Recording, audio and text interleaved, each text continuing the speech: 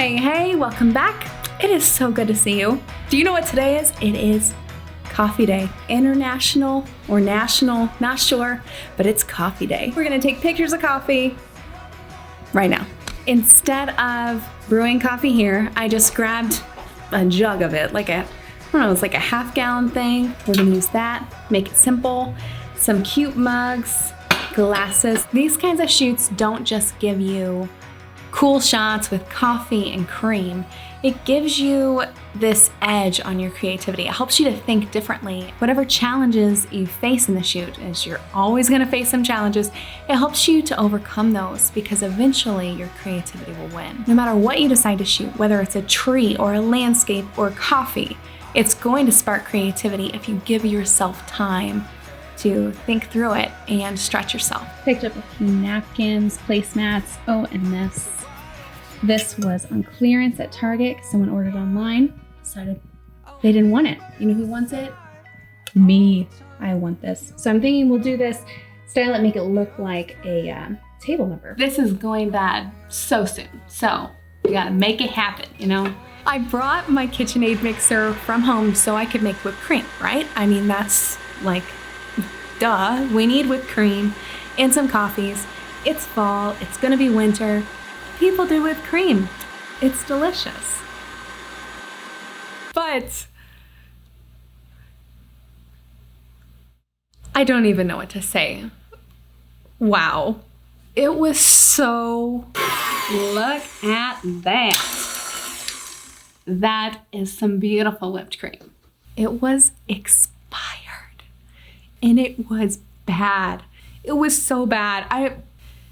It was nasty. That brings me to my first tip. Don't use expired whipped cream. Next tip, when you're making the whipped cream, blend it until you get a soft, shiny peak. You don't want to get stiff peaks that are dry because when you go to scoop it, it's not going to come out fluffy. It's going to have a lot of air pockets. Made this mistake and had to just pour in a little bit more whipped cream and actually just stirred it in. Changed it to beautiful dollops and worked so okay, for this first shot, I'm going to use this glass. Something really clean, crisp. I'm thinking maybe, I don't know. I never know till it's all said and done. I don't want to pour the coffee until I've got my styling kind of in line. But I'm thinking maybe some darker tones, kind of play off that with like really crisp, clean lines, do some leading lines into the coffee. Know it for this one, just a ton of beautiful, heavy whipping cream.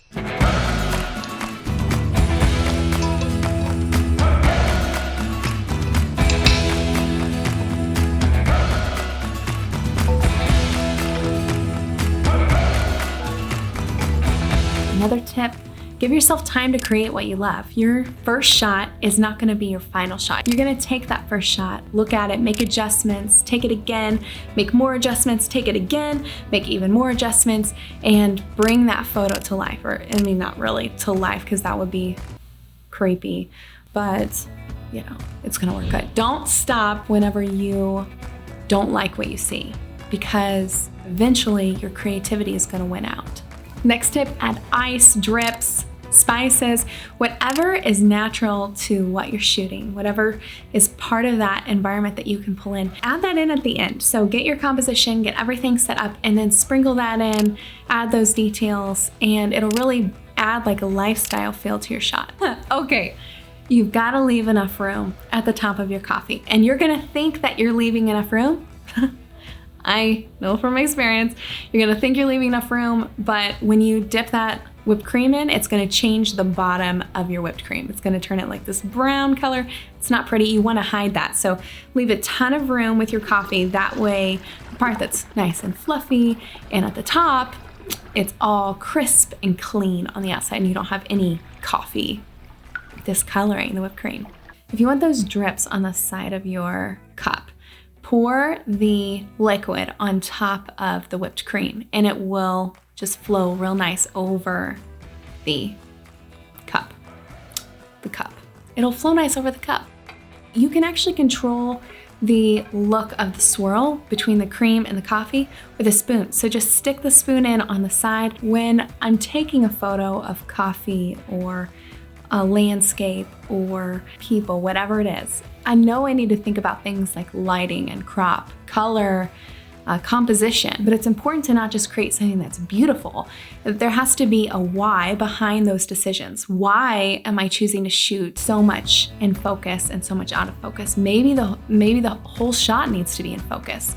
Thinking through those things intentionally, or with composition, maybe I need some white space for text. Knowing how you want to use the shot, whether it's for Instagram or Instagram story, or your website, or a blog, or YouTube, whatever it is.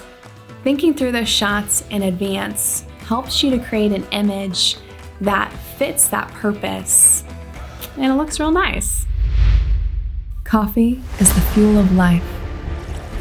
It can keep you awake when all other energy sources become depleted.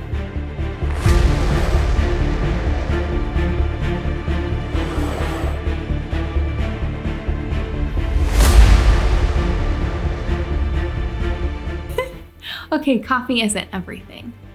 It's just that it's so good and it gives you energy. It helps you to stay one step ahead of your kids, except for this one time when Daniel drank an entire cup of coffee. We walked out of the bedroom and there he was, soaked in coffee, drinking it. I was like, how am I gonna keep up with you now? How much more coffee do I have to drink to keep up with a toddler who just caffeinated himself? Also, coffee is everything. Happy Coffee Day to you. To you, happy coffee day. Use your phone, your fancy pants camera, whatever it is that you've got, and take some photos of coffee today. And whatever you do, share your work. Include your people, or make it just of you holding your hand, or just you, whatever you want to do. Whatever it is, just go shoot it. I hope you share a photo of your work, because only you can see the world the way that you do, and we need more of that in this world. Share your work. I'm cheering you on.